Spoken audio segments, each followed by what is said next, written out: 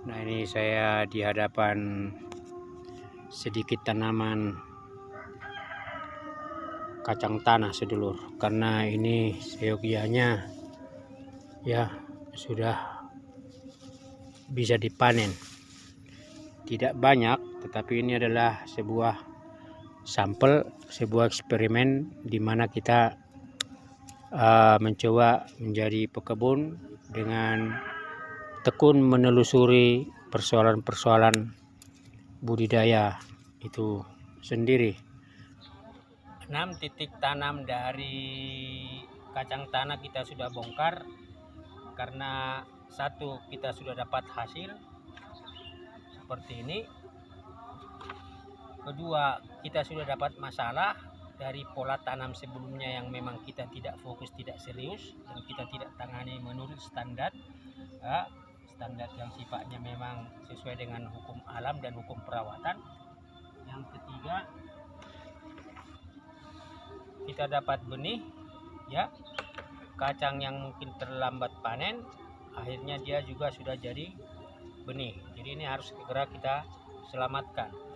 Jadi di tempat ini saya berusaha merawat yang namanya potensi-potensi dan daya hidup, sehingga sekarang ini lahan kita sudah kasih tambah serut kayu, kita sudah tambah itu namanya abu arang dari hasil pembakaran, ada arang, dan ada sekam padi, tapi belum kita tempatkan karena kita kosong. Nah, ini kita akan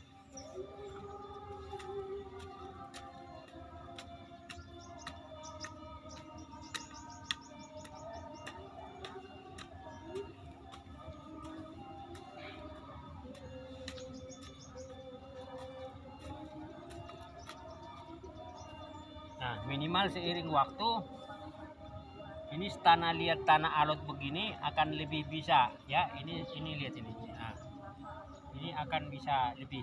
Nah, karena kita ingin menyelamatkan benih ini, karena tadinya juga 6 kacang tanah yang kita panen ini langsung kita tanam. 6 juga, dari 6 kembali ke 6 ya. Jadi diandaikan meskipun ini panas, tapi kita paksa saja bahwa itu benih itu yang menyesuaikan dengan alam.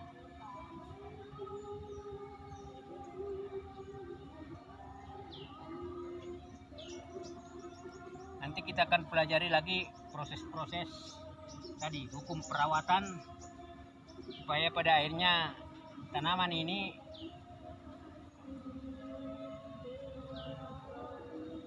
bisa menghasilkan panenan yang lebih potensial.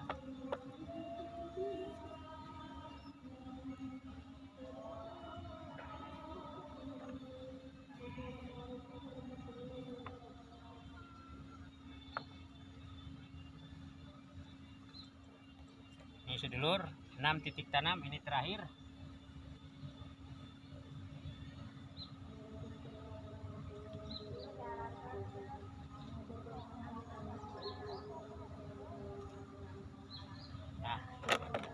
Yang ini kita akan selamatkan sambil menunggu persiapan lahan.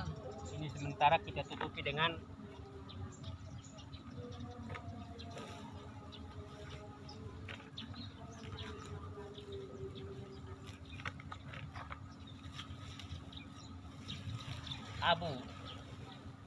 abu bakar ya.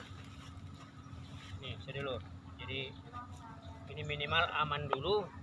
Ini kita simpan di bawah pohon ini, di bawah pohon pepaya supaya tidak panas.